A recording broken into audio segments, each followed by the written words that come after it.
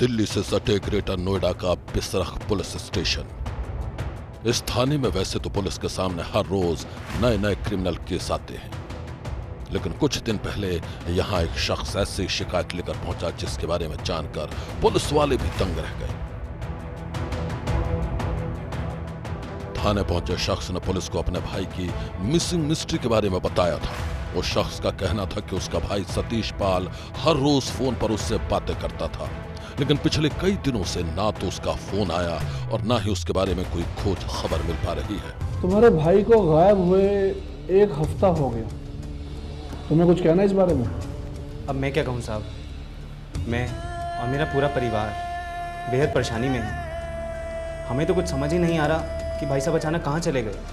तुम्हारे भाई की किसी से दुश्मनी? नहीं सर। सतीश पाल की गुमशुदगी की खबर ने पुलिस को हरकत में ला दिया। सतीश पाल की गुमशुदगी की रिपोर्ट दर्ज करने के बाद पुलिस की एक टीम ग्रेटर नोएडा के सरस्वती कुंज इलाके में पहुंची। पुलिस ने सबसे पहले लापता सतीश पाल की पत्नी नीतू से पूछताछ की।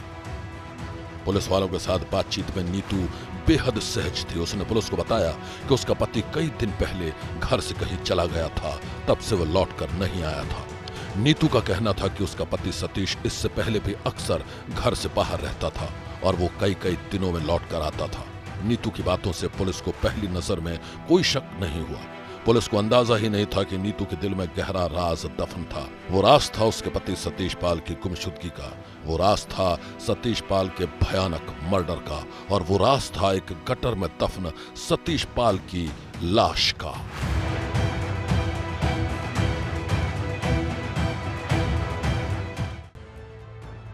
लापता सतीश पाल की मिसिंग मिस्ट्री को सुलझाने के लिए पुलिस जब उसकी पत्नी नीतू के बारे में जानकारी जुटा रही थी तो इस कहानी में एक तीसरे किरदार की एंट्री हो गई। उस तीसरे किरदार का नाम है हरपाल।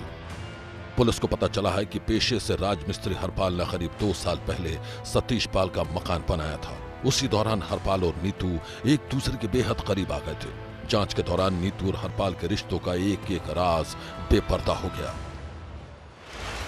दरअसल चिनाई का काम पूरा होने के बाद राजमिस्त्री हरपाल नए नए बने मकान से तो बाहर निकल गया था, लेकिन वो नीतू के दिल से नहीं निकल पाया। बाद में भी दोनों की मुलाकातों का सिलसिला चलता रहा। इस बीच एक दिन नीतू के पति सतीश पाल को उनके रिश्तों की भनक लग गई और उसके बाद तूफान खड़ा हो गया। सतीश पाल ने अपनी पत्नी नीतू को रस्सियों से बांधकर पूरी तरह पीटा। जब यह बात हरपाल तक पहुंची तो उसने सतीश पाल को हमेशा के लिए रास्ते से हटाने की प्लानिंग कर डाली।